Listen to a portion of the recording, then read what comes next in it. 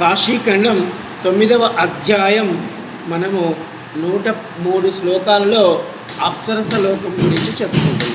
అంటే మనకి కాశీఖండంలో మనము ఈ యొక్క శివశర్మ సప్తపురి మోక్షయాత్ర చేస్తూ ఆయన మనకి హరిద్వార్లో చనిపోయినప్పుడు ఆయన యొక్క ఆ దివ్య దేహము వద్దకు వైకుంఠం నుండి పుణ్యశీలుడు సుశీలుడు అనేటువంటి ఇద్దరు విష్ణు భక్తులు విష్ణు దూతలు ఆయన దగ్గరికి రావడం జరిగింది.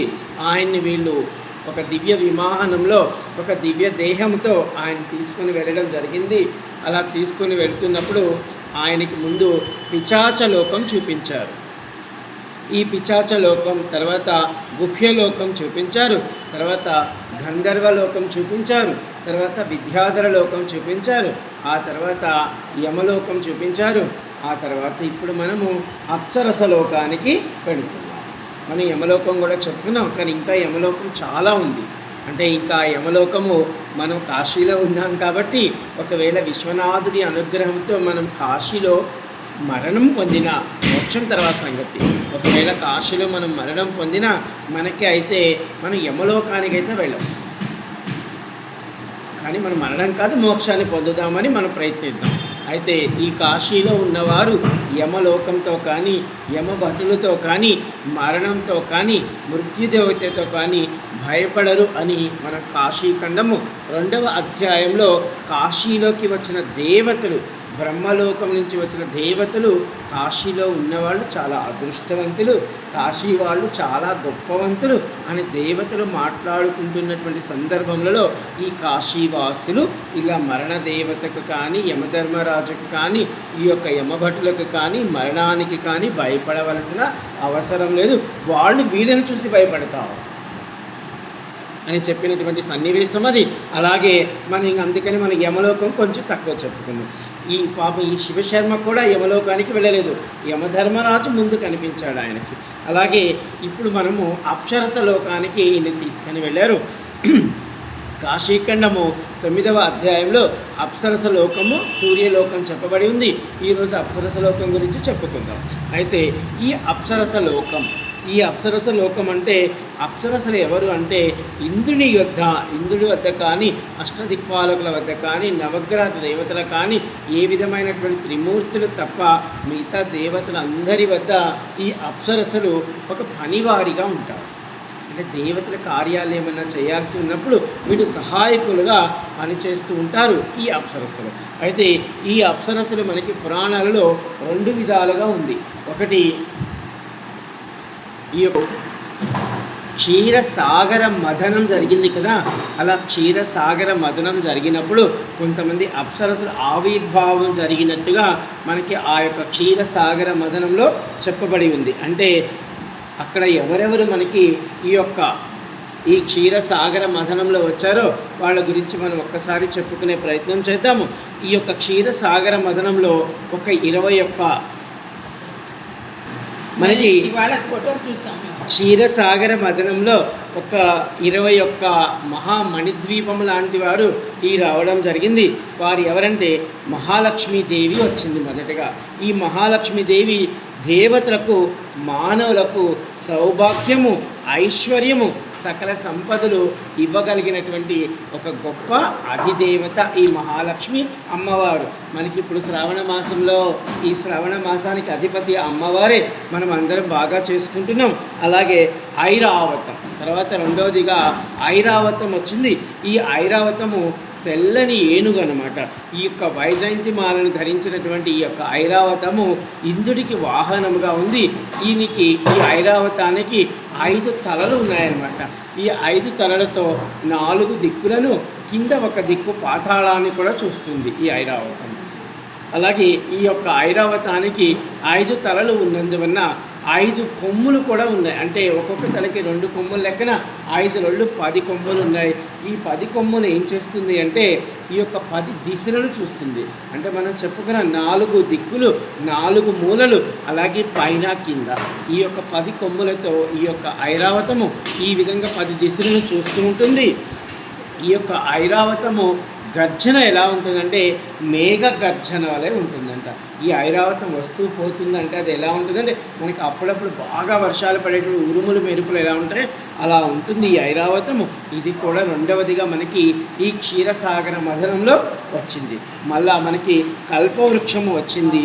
కల్పవృక్షం అంటే దేవతలకు, ఈ యొక్క మునీశ్వరులకు, ఋషులకు అన్నీ ఇవ్వగలిగినటువంటి కల్పవృక్షం. ఎందుకంటే ఈ దేవతలు అనే వాళ్ళు కొంతమంది, ఈ ఋషీశ్వరులు వీళ్ళు ఏం చేస్తారంటే నిరంతరము లోక కళ్యాణం కోసం ప్రార్థన చేస్తూ ఉంటారు. పూజలు, యోగాలు, యజ్ఞాలు చేస్తూ ఉంటారు. కానీ వీళ్ళకంటూ మళ్ళీ కొన్ని కాలకృత్యాలకనో లేకపోతే వీళ్ళకంటూ ఏదో ఒకటి కావాలి. కానీ వీళ్ళు వెళ్ళి పని చేసుకుని సంపాదించుకునే శక్తి లేనందువల్ల, అంటే లేనందువల్ల ఉంది వాళ్ళకి, కానీ ఆ శక్తిని లోక కళ్యాణం కోసం ఉపయోగిస్తారు. అలాంటి వారి దగ్గరికి బ్రహ్మదేవుడు లేదా ఇంద్రుడు వాళ్ళకి కొన్ని కామధేనువులు ఇస్తారు. సురభి అనే కామధేను కానీ, కల్పవృక్షము కానీ, లేదా కపిల అని కానీ, ఆ సురభి, ఇవన్నీ మనకి కామధేను. అంటే అవి అడిగినంత మాత్రానే వాళ్ళకి ఏమేమి కావాలో అవి ఇచ్చేస్తుంటాయి. అలాగే కౌస్తుభము వచ్చింది. ఈ కౌస్తుభము విష్ణుమూర్తి మెడలో ఉంటుంది. ఈ యొక్క కౌస్తుభం ఉండడం వల్ల ఈ యొక్క విష్ణుమూర్తి అంటే స్థితికారకుడైన, మనకి సృష్టి స్థితి లయ, అంటే సృష్టి ఈ బ్రహ్మ చేస్తాడు. బ్రహ్మ సృష్టి చేస్తున్నప్పుడు ఎవరు బ్రహ్మ దగ్గరికి వెళ్ళి అల్లరి పెట్టారు. ఎందుకంటే ఆయన సృష్టి రచన చేస్తాడు, మనందరినీ పుట్టించేస్తాడు ఆడ కాబట్టి మనం వెళ్ళి పుట్టుకుంటాం. కాబట్టి బ్రహ్మదేవుడు సృజనాత్మకంగా సృష్టించే దగ్గర ఎవరు బ్రహ్మదేవుడిని ఇబ్బంది పెట్టారు. కానీ అలాగే మనం పోయాక కూడా మనం వెళ్ళి శివుడి దగ్గర ఇబ్బంది పెట్టలేము. ఇంకా పోయాక మూసుకొని ఉండలేము, అక్కడ ఇంక వేరే ఆప్షన్ లేదు మనకి. కానీ మనం పుట్టామనుకోండి, చచ్చేంతవరకు ఎవరినో ఒకరిని లొడబెడతానే ఉంటాం. ఓకేనా? అంటే ఈ విధంగా ఇక్కడ మనము పుట్టుక నుంచి మరణం వరకు ఈ మధ్యలో ఉన్న సమయానికి అధిపతి ఎవరంటే విష్ణుమూర్తి. అంటే ఒక మంచి తల్లిదండ్రులు ఉన్నారనుకోండి, వాళ్ళకి 2-3 పిల్లలు ఉన్నారనుకోండి, ఆ 2-3 వాళ్ళు చూసుకునేటప్పటికి వాళ్ళ తల బట్టగట్టిపోతుంది. సెలవులు ఒక నెల వచ్చాయనుకోండి, తల్లిదండ్రులు ఎప్పుడెప్పుడు బళ్ళు ఓపెన్ అవుతాయా అనుకుంటూ ఉంటారు.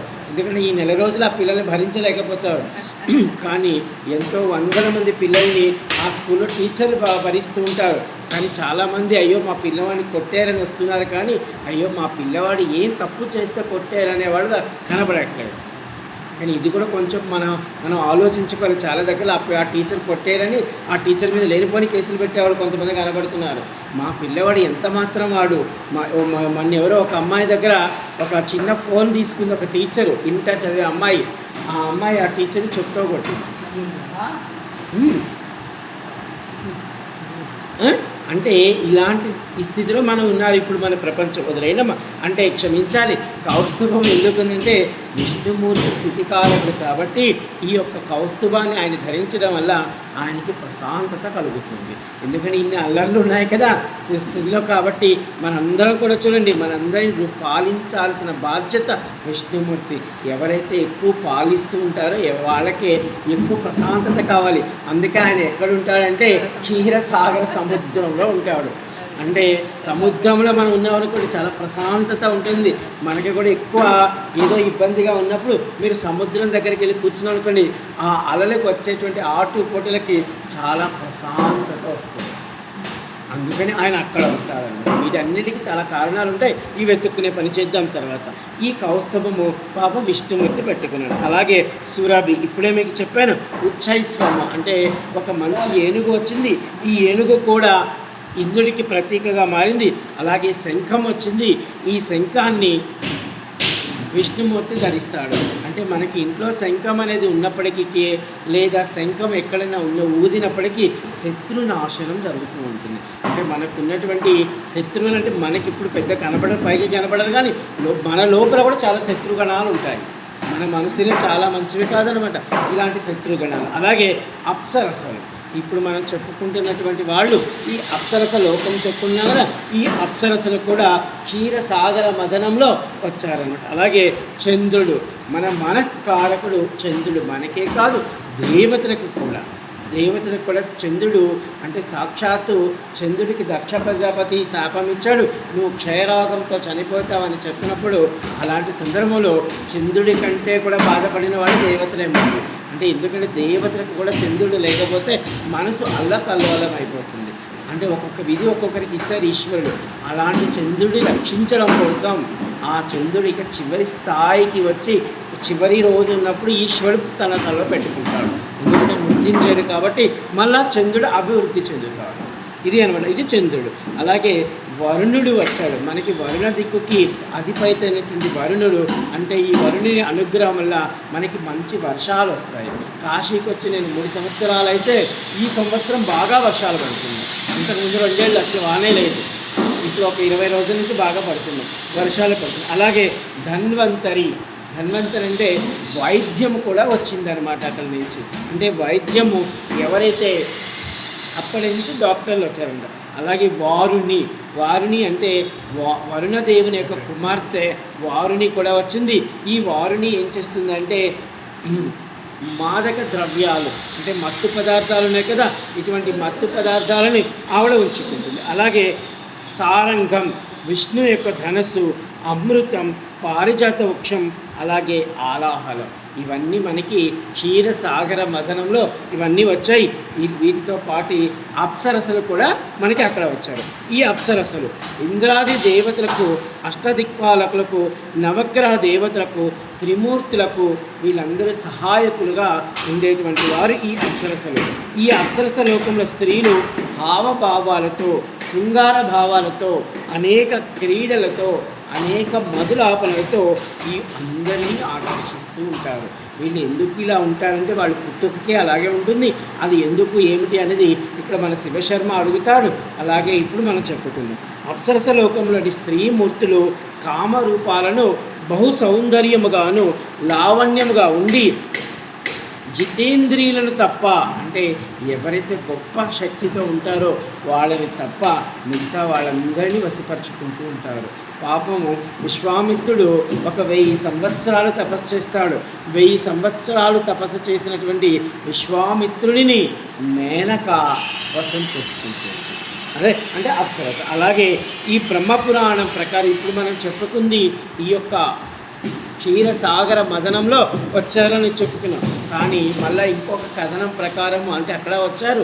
అలాగే మనకి ఈ యొక్క అప్సరసల గురించి ఎక్కువ చెప్పబడింది అంటే బ్రహ్మపురాణంలో చెప్పబడింది. అంటే ఇప్పుడు మనం స్కంద పురాణం చెప్పుకుంటున్నాం మనం.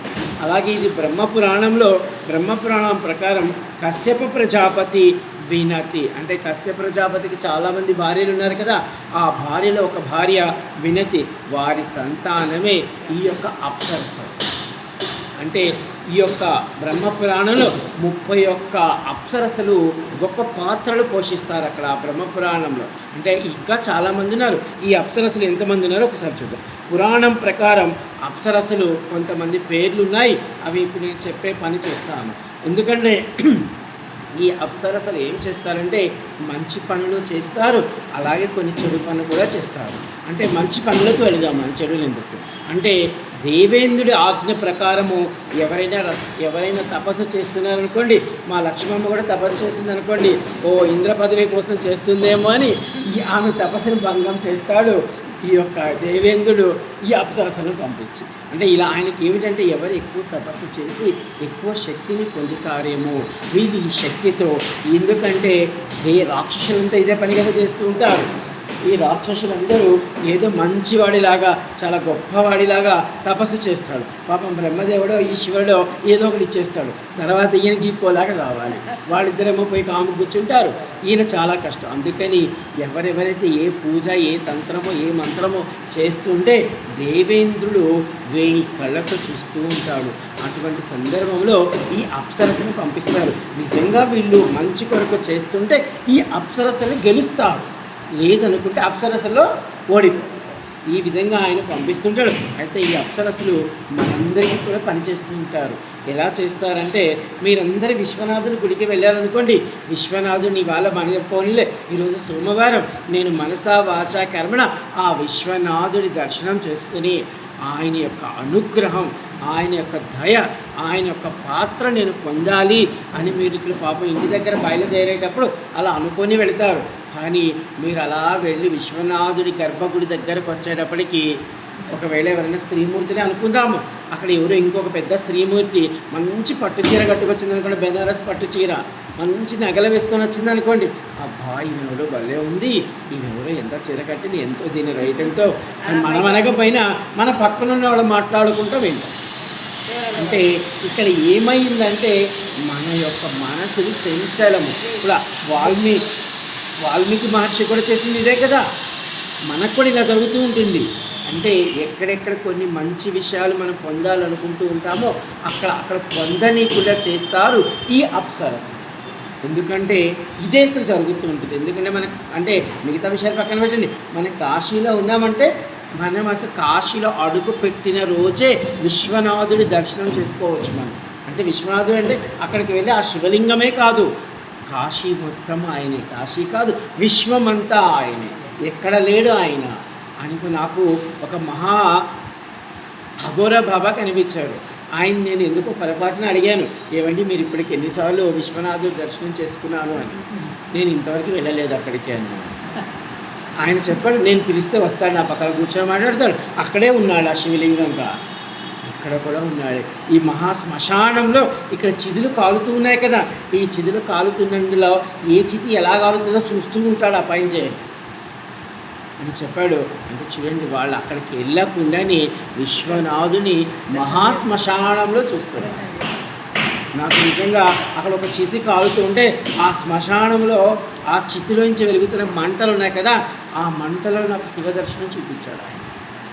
మనకి ఇంతకుముందు ఒక పాత సీరియల్ వచ్చేది, ఓం నమ శివాయ అని ఒక సీరియల్ ఏదో, దానిలో ఒక అగ్ని ఉజ్వలం వస్తూ ఉంటే దానిలో ఈశ్వరుడు డ్యాన్స్ వేస్తూ ఉంటాడు. అది ఒక చాలా సంవత్సరాల క్రితం చిన్న పిల్లగా ఉన్నప్పుడు. అంటే నిజంగా నాకు ఆ అనుభూతిని అక్కడ చూపించాడు. అంటే ఆ యొక్క అగ్నిలో ఈశ్వరుడు, అంటే ఆ అగ్ని ఈశ్వరుడు ఎటు వెళ్తే అటు అంటే ఆకారం చూపిస్తూ ఉంటుంది. అంటే అలా చూపించాడు. అంటే ఆయన అక్కడ అలా చూడగలుగుతున్నాడు విశ్వనాథుడిని. ఇది అన్నమాట. అంటే మనమే ఇప్పుడు అక్కడ వెళ్ళామనుకోండి, ఇది అదే ఒక పరమ భక్తురాలు ఉందనుకోండి, ఆ పరమ భక్తురాలు ఏమో ఈరోజు నేను విశ్వనాథుడి దర్శనం చేసుకోవాలి అని అనుకుంటుంది, కానీ ఆమె శరీరం సహకరించకపోవచ్చు, లేకపోతే అప్పుడున్న పరిస్థితులు వెళ్ళలేకపోవచ్చు, కానీ ఎక్కడి నుంచో ఎవరో వస్తారు, మేము విశ్వనాథుడి గుడికి పోతున్నాం, వస్తావా తీసుకొని పోతామని. ఈమెను పాపం దానికోసమే ఎదురు చూస్తూ ఉంది కదా, ఎక్కడి నుంచో వచ్చి వాళ్ళు తీసుకెళ్ళి దర్శనం చేసేసి మళ్ళీ వెనక్కి పంపించేస్తారు. అంటే చూడండి, మన కొన్ని కోరికలు, మనకు ఒక సామెత కూడా ఉంది, ఎతకపోయిన తీగ కాలికి తగిలింది అంటాము. అంటే ఎతకపోయిన తీగ కాలికి తగిలిందంటే ఇది అప్సరస్సు చేస్తూ ఉంటారు. అంటే మీకు మళ్ళీ దీనిలోనే చెప్తాను, ఈ యొక్క గణాలు 7 గణాలు ఉంటాయి, ఈ 7 గణాలు ఇవి చేస్తూ ఉంటారు. అంటే ఇదనమాట.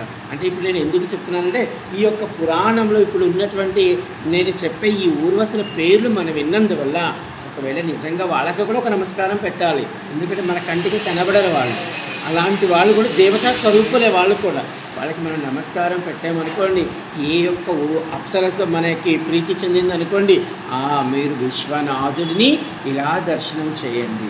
లేదా అన్నపూర్ణమ్మ దగ్గరికి వెళ్ళినప్పుడు ఇలా ఆవిడికి నమస్కారం పెట్టండి. లేదా విశాలాక్షి అమ్మవారి దగ్గరికి వెళ్ళినప్పుడు మీరు విశాలాక్షి అమ్మ దగ్గర మీరు ఏమి కోరుకోవాలంటే జ్ఞానస్వరూపం కోరుకోవాలి. ఆమె సాక్షాత్ జ్ఞానస్వరూపిణి. మణికర్ణిక తీర్థానికి ఆవిడే అధిదేవత. ఎన్నో యంత్రాలు తంత్రాలకు శక్తి ఉంటుంది అక్కడ. అందుకనే ఆవిడకి ఇబ్బంది కలిగించారు వేరే వాళ్ళు. అలాగే ఇప్పుడు మనం ఆ పేర్లు చెప్పే ప్రయత్నం చేస్తాను, ఒక్కసారి మీరు కూడా పలికే ప్రయత్నం చేయండి. అంటే నా ఉద్దేశం ఏంటంటే, మీకు ఇటువంటి కాశీలో ఏదైనా దర్శనాలు కావాలనుకున్నప్పుడు ఎంతోమందిని మనం మానసికంగా వాళ్ళని పలకరించుకుంటూ ఉంటుంటే మనకి సహాయం చేస్తూ ఉంటారు. అంటే ఇప్పుడు మీకు ఈ యొక్క అప్సరస్సులు ఏదో ఒక అప్సరస్సు మీరు పట్టుకున్నారనుకోండి, మీరు ఇలా వెళ్ళినప్పుడు అక్కడ జనాలు ఎంతమంది అయినా ఉండనండి, ఎవరు ఏమైనా చేయండి, నేను వెళుతున్నాను. ఇప్పుడు మీకు ఒక ఊర్వశి పేరు గుర్తొచ్చిందనుకోండి, ఊర్వశి అనుకుందాం, ఊర్వశమ్మ ఒక పని చేయి, నేను విశ్వనాథుడు దర్శనానికి వెళ్తున్నా, నాకు ఆయన ఎందుకు ప్రీతి కలగాలి, ఆయన నా ఎద్దు దయ. అంటే ఇలాంటి వాళ్ళు చేయగలరు. అంటే వాళ్ళు అటువంటి సౌందర్యానికి కారకులు.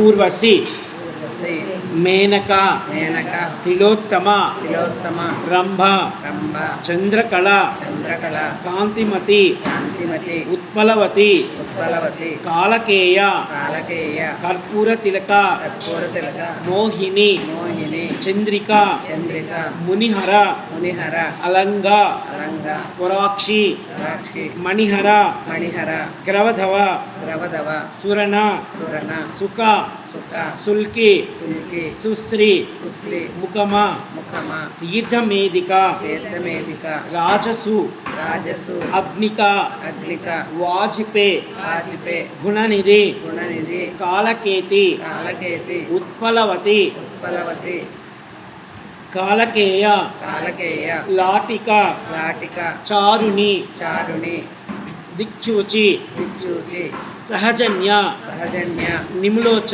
నిమ్లోచ వామన వామన మండోదరి మండోదరి సుభగ సుభగ విశ్వచి విశ్వతి విపులాన విపులాన భద్రంగి భద్రంగి చిత్రింగి చిత్రంగి మనోహరి మనోహరి ప్రమ్లోచ ప్రమ్లోచ మన్మోహిని మన్మోహిని రామ రామ చిత్రమధ్య చిత్రమధ్య సుకానన సుఖానన కేసి నీలకుంతల నీలకుందర మన్మోది మన్మోది అలంబుష అలంబుష మిశ్రకేసి మిశ్రకేతి ఉంజకస్థల కుంజకస్థల క్రితుస్థల విస్థల వాలంగి వాలంగి వారావతి వారావతి మహారూప మహారూప శశిరేఖ శశిరేఖ అంటే ఒక్కసారి మనం ఈ పేరు చెప్పుకున్నాం కాబట్టి ఒకసారి చిన్న సంకల్పం.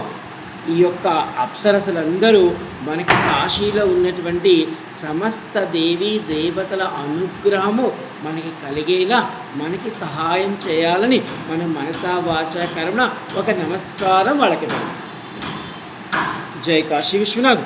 అయితే ఈ విధంగా ఒకరు కాదు ఇద్దరు కాదు 60,000 మంది అప్సరసులు ఉన్నారు, ఈ లోకంలో ఉన్నారని శివశర్మకు ఈ యొక్క విష్ణుదూతలు చెప్పడం జరిగింది.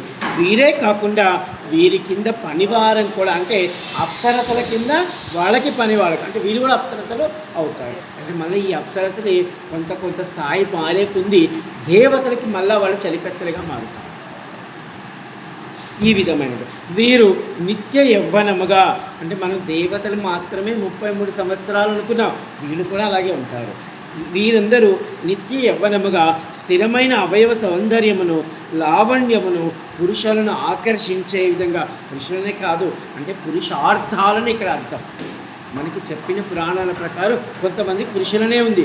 పురుషార్థాలంటే ఒక స్త్రీమూర్తి ఇప్పుడు అమ్మవారి దగ్గరికి వెళ్ళి ఒక శుక్రవారము అమ్మ మహాలక్ష్మిలా ఉన్నటువంటి విశాలాక్షి అమ్మవారి దగ్గర, అమ్మ నాకు అఖండ సౌభాగ్యాన్ని ప్రసాదించు అని విశాలాక్షి మాత, అంటే విశాలాక్షి మాత కానీ అన్నపూర్ణ మాత కానీ వీళ్ళు అఖండ సౌభాగ్యం కలిగిన వారు. ఎందుకంటే సతీదేవి భర్త ఉండగానే తన త్యాగం చేసింది, అంటే ఆవిడ భర్తకు చిన్న నిందన కూడా భరించలేకపోయింది. ఆవిడ కన్నా ఇంకెవరు గొప్ప అఖండ సౌభాగ్యవతులు. అటువంటి ఆ సౌభాగ్యవతి అయినటువంటి విశాలాక్షి అమ్మవారి దగ్గరికి వెళ్ళి మనసా వాచ కర్మణ, అమ్మ నాకు కూడా ఆ స్థాయిని కల్పించవే అని అడుగుతున్నప్పుడు ఎవరో ఒకరు మనల్ని ఇబ్బంది పెడుతూ ఉంటారు అక్కడ. అందుకే ఎక్కువ అన్నపూర్ణమ్మ గుడి కన్నా విశాలాక్షమ్మ గుడిలో పసుపు కుంకాలు ఎక్కువ ఇస్తుంటారు. ఎందుకంటే అక్కడ మన పురుషార్థానికి కూడా నిజంగా మనం అక్కడ ఇవ్వాలనుకుంటే ఒక పుణ్య స్త్రీకి ఇస్తే కలిగేదానికైనా ఇంకెవరికో ఇచ్చేస్తూ ఉంటే టైం అయిపోతుందని, మనం తొందరగా వెళ్ళిపోవాలని మనకు వచ్చిన వాళ్ళు ఎవరి వెంటే వాళ్ళకి ఇచ్చేస్తుంటారు. కానీ మీరు అటువంటి దగ్గర వెతికి అమ్మా ఎవరు నీ అనుగ్రహం కలిగి ఉన్నారో చెప్పు చూపించవే, వాళ్ళకి ఇస్తాను నీకు ఇచ్చినట్టుగా అనుకొని మనం కొంత సమయం అక్కడ ఉండి అమ్మవారి అనుగ్రహ రూపంగా ఇలా చేయగలిగామనుకోండి అది పుణ్యం. కానీ మనం వెళ్ళిన వాళ్ళు ఏదో ఒక సమయం అయిపోతుందని వెళ్ళిపోతూ ఉంటారు. ఇదనమాట. అంటే ఇక్కడ కూడా మన పురుషార్థాన్ని మింగేసే వాళ్ళంటే ఇలాంటి వాళ్ళు. మహాపతివ్రతలు, మహా ఉపవాసాలు చేసిన వాళ్ళు, దైవభక్తి కలిగిన వాళ్ళు, అలాగే గొప్ప ధైర్యవంతులైనటువంటి మహాపుణ్య స్త్రీలు ఏదో ఒక చిన్న పొరపాటు చేస్తే అటువంటి వాళ్ళు మరణించిన తర్వాత ఈ అప్సరస లోకానికి వెళ్తారు.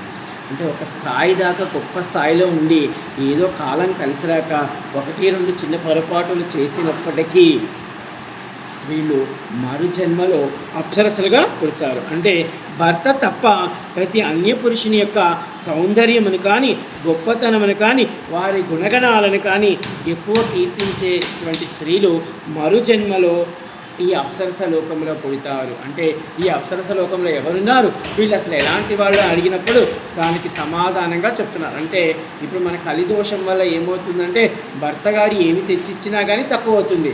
పక్కింటి వాళ్ళు ఆయన చూడండి పెద్ద నక్లీస్ తెచ్చాడు 20 లక్షలు అంటే మీరున్నారు దేనికి, ఏదో ఒక 1 లక్షలు తెచ్చిచ్చారు అంటారు. అవునా కదా? అంటే ఇక్కడ ఏమైందంటే పక్కవాడిని పొగిడారు. ఇలాంటివి కూడా ఏమో అంటే మనం ధర్మాన్ని కాటా వేసినప్పుడు ఇటువంటి చిన్న నీలాప నింద కూడా అక్కడ అడ్డుపడుతుంది. మహాపతివ్రత అనేటువంటి స్త్రీమూర్తులు భర్తలను వంచినట్లయితే లేదా మరొకరితో భోగించినట్లయితే వారు కూడా మరు జన్మలో ఈ అప్సరస లోకంలో ఉంటారు.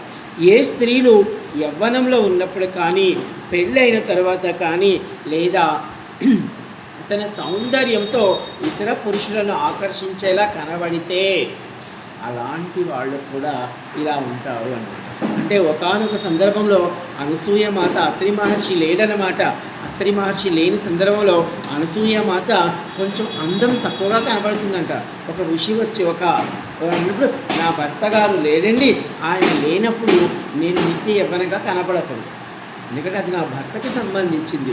అలా కాకుండా ఇలా ఉన్నప్పుడు కూడా ఈ దోషం కింద వస్తాయి. మహాపతివ్రతమైన స్త్రీలు ఏదో ఒక కారణం చేత కానీ వారి భర్తను మోసగించినట్లయితే అటువంటి వాళ్ళు కూడా అప్సరస లోకాల్లో ఉంటారు. అంటే దీనికి అహల్యమాత ఉదాహరణ చెప్పారు. అంటే అహల్యమాత పాపం ఆవిడ తప్పేమీ లేదు, అక్కడ పొరపాటుగా జరిగినటువంటి ఒక చిన్న పొరపాటు. అందుకే గౌతమ మహర్షి ఆవిడని వదిలేయలేదు, ఆవిడికి శాపం ఇచ్చి రాయిని చేశాడు. ఎందుకంటే ఒకవేళ అలా చేయకుండా ఉన్నట్లయితే ఆవిడకి కూడా అంత స్థాయి నుంచి కింద పడిపోయి మళ్ళీ అప్సరస లోకానికి వెళ్ళిపోయేది అహల్యమాత. కానీ ఈ యొక్క గౌతమ ముని ఇది ఇలా జరగకూడదు, ధర్మ సూక్ష్మం తెలిసిన వాడు కాబట్టి ఆవిడిని అలాగే రాయిని చేసి పెట్టాడు. ఈ రాయి వల్ల నీ పాపం అంతా ప్రక్షాళన అవుతుంది.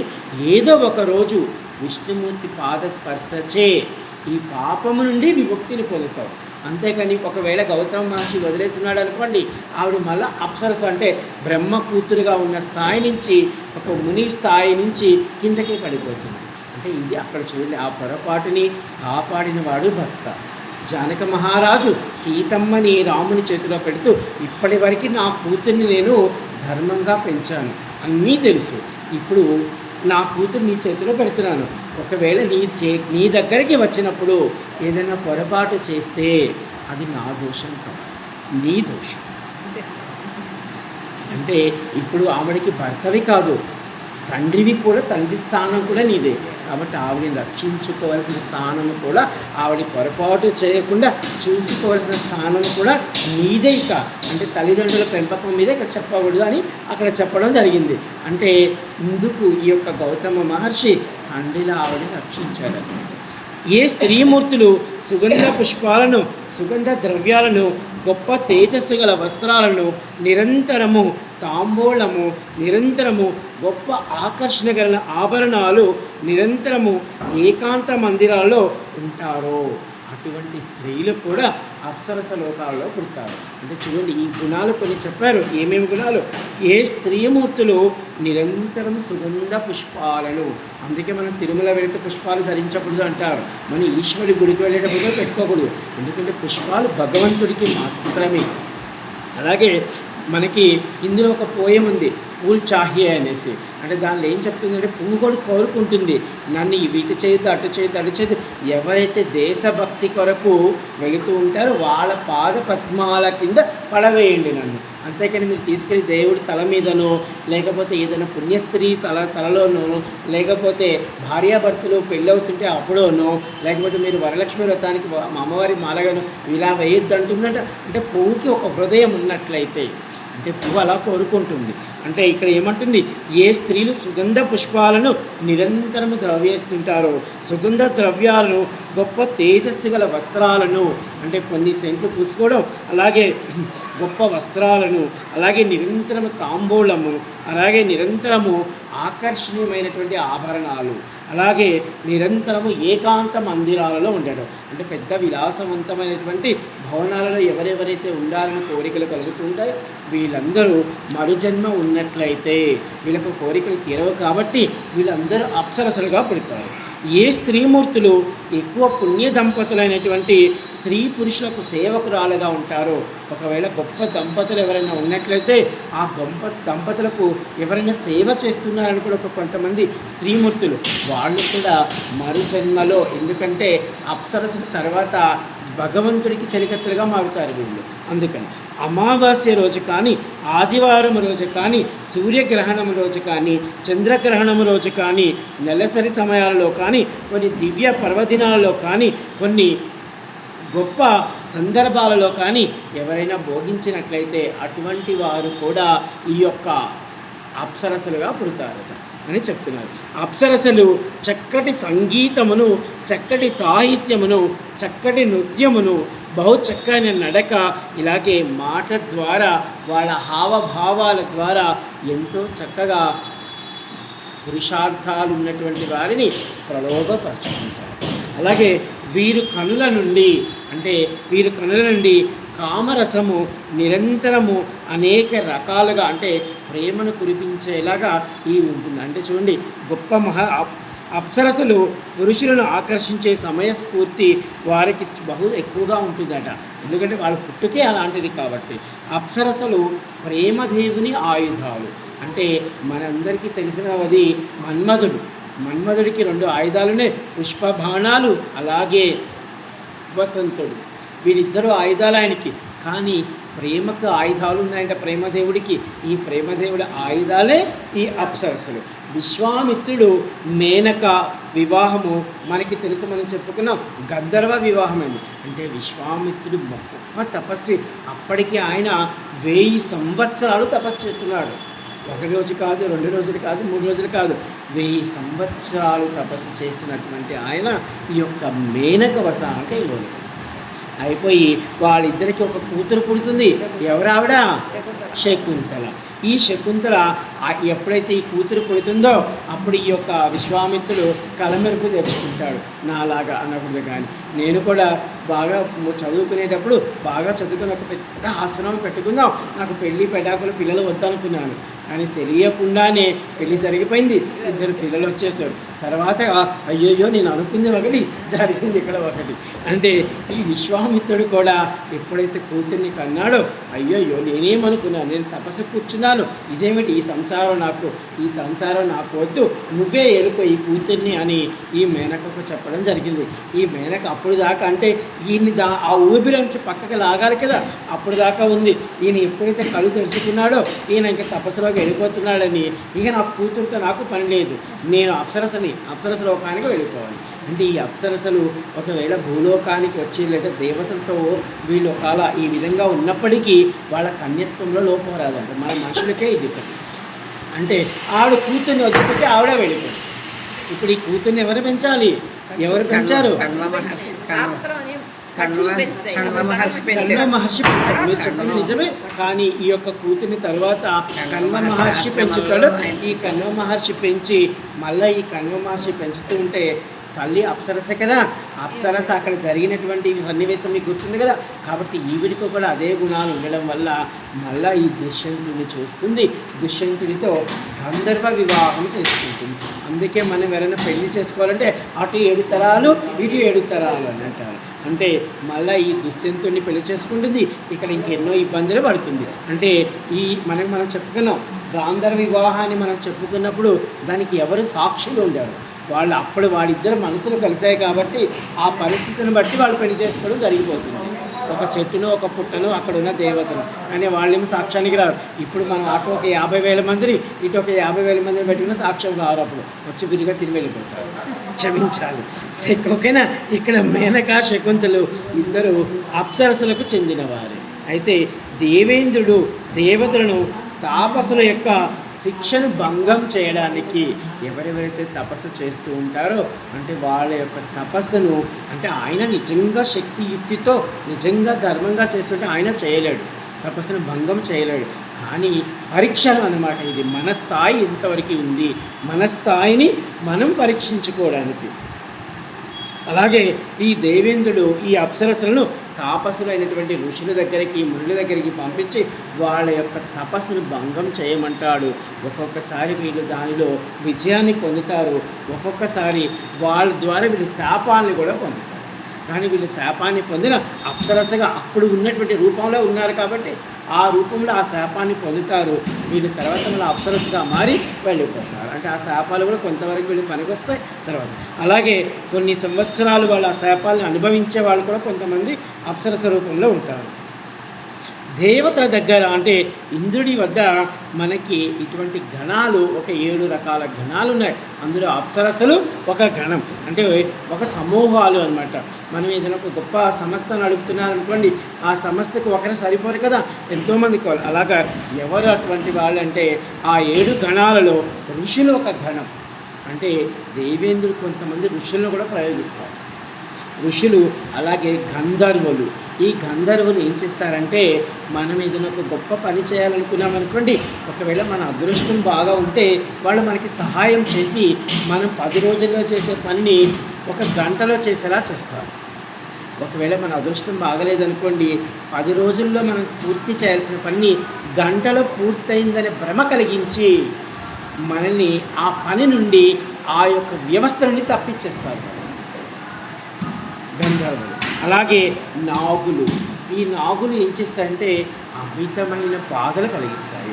అంటే మన శరీరంలో ఎన్నో నాగులు ఉంటాయి. మన పుట్టుకే నాగు అన్నమాట ఒక రకంగా చెప్పాలంటే.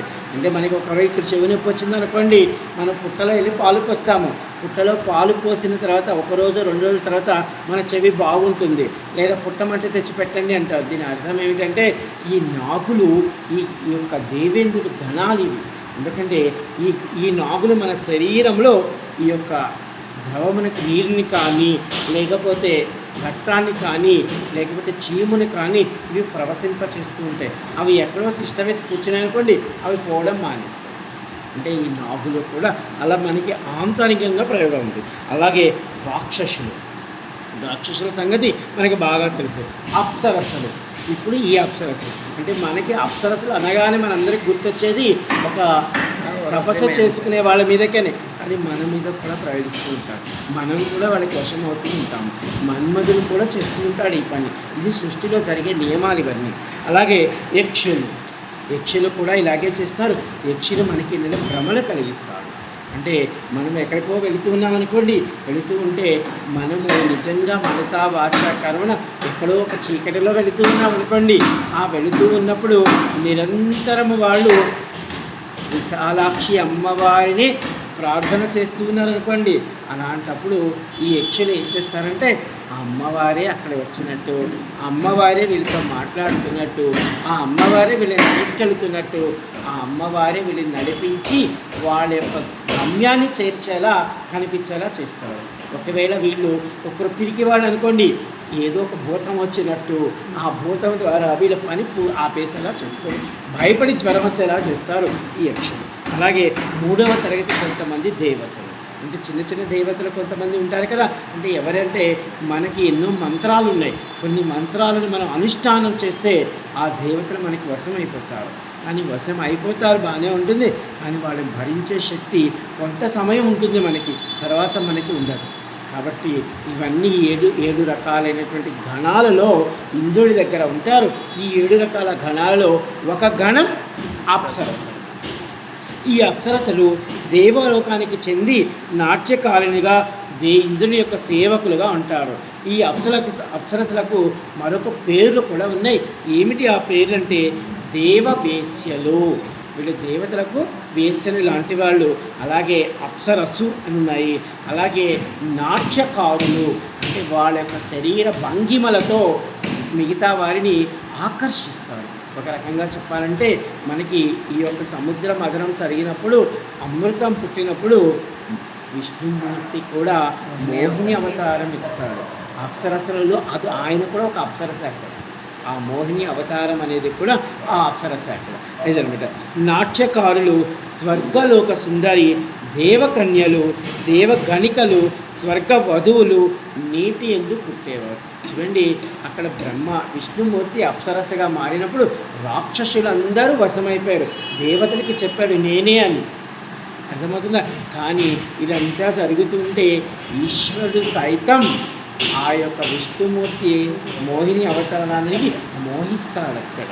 అంటే చూడండి, ఇది అప్సరస అంటే కొన్ని కొన్ని సందర్భాల్లో ధర్మాన్ని రక్షించడం కోసం తప్పదు. అది ధర్మ రక్షణ కోసం. ఎందుకంటే కొన్ని కొన్ని సందర్భాలలో అవతల వాడు యుక్తితో ఉన్నప్పుడు యుక్తితో గెలవాలి. అవతల వాడు యుక్తిని మరిచిపోయి అధర్మంతో ఉన్నాడు అనుకోండి, అప్పుడు అధర్మంతోనే వాడిని గెలవాలి. ముళ్ళుని ముళ్ళుతోనే తీయాలనేది ఇదే అనమాట. అదే చూడండి, మహిషాసురుడు కాదు, భస్మాసురుడు కూడా చూడండి, వరం ఇచ్చినప్పుడు అక్కడ కూడా మోహిని అవతారం వచ్చి ఇలా చేస్తాడు. ఇలా ఎన్నో సందర్భాల్లో విష్ణుమూర్తి అవతారాన్ని ఎత్తుతారు. అంటే మనం చెప్పుకోవాలంటే ఈ అవతారాలన్నిటిలో ఈ యొక్క అవతారమే ఈయన ఒక అప్సరస. జై కాశీ విశ్వనాథ్, జై కాశీ జై